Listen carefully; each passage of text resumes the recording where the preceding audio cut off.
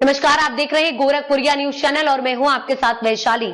आइए रुक करते हैं आज की खास खबर पर। हरियाणा में कांग्रेस पर जमकर बरसे पीएम मोदी, बोले 2014 से पहले देश में होता था ब्लैकआउट, अब तेलंगाना में जंगलों पर चला रही बुलडोजर। प्रधानमंत्री नरेंद्र मोदी ने हरियाणा में 800 मेगावाट के थर्मल पावर प्लांट और रेवाड़ी बाईपास का उद्घाटन किया। उन्होंने कांग्रेस पर बिजली संकट के लिए निशाना साधा और अपनी सरकार की विकास योजनाओं का जिक्र किया। विकसित भारत के लिए बिजली उत्पादन बढ़ाने पर जोर दिया गया।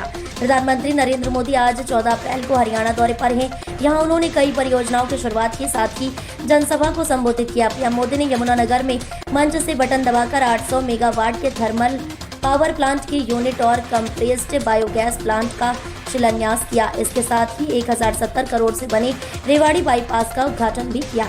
यमुनानगर में प्रधानमंत्री नरेंद्र मोदी ने कांग्रेस पर जमकर हमला बोला है। उन्होंने जनसभा को संबोधित करते हुए कहा कि हमें कांग्रेस के शासन के दिनों को नहीं भूलना चाहिए।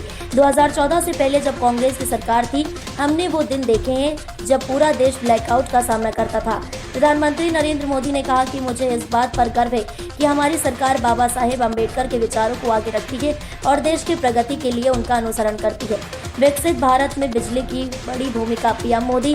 पीएम मोदी ने जनसभा को संबोधित करते हुए कहा कि विकसित भारत के निर्माण में बिजली की बहुत बड़ी भूमिका रहने वाली है, इसलिए हमारी सरकार बिजली की उपलब्धता बढ़ाने के लिए चौतरफा काम कर रही है। चाहे वन नेशन वन ग्रिड हो, नए कोल पावर प्लांट हो, सोलर एनर्जी हो, न्यूक्लियर सेक्टर का विस्तार हो, हमारा प्रयास है कि देश में बिजली का उत्पादन बढ़े, राष्ट्र निर्माण में बिजली की कमी बाधा न बने। कांग्रेस ने कर्नाटक को भ्रष्टाचार में नंबर 1 बना दिया। पीएम मोदी प्रधानमंत्री नरेंद्र मोदी ने कहा कि हमारे लिए राजनीति सत्ता का माध्यम नहीं बल्कि सेवा का माध्यम है और इसलिए बीजेपी ने जो कहा वह किया।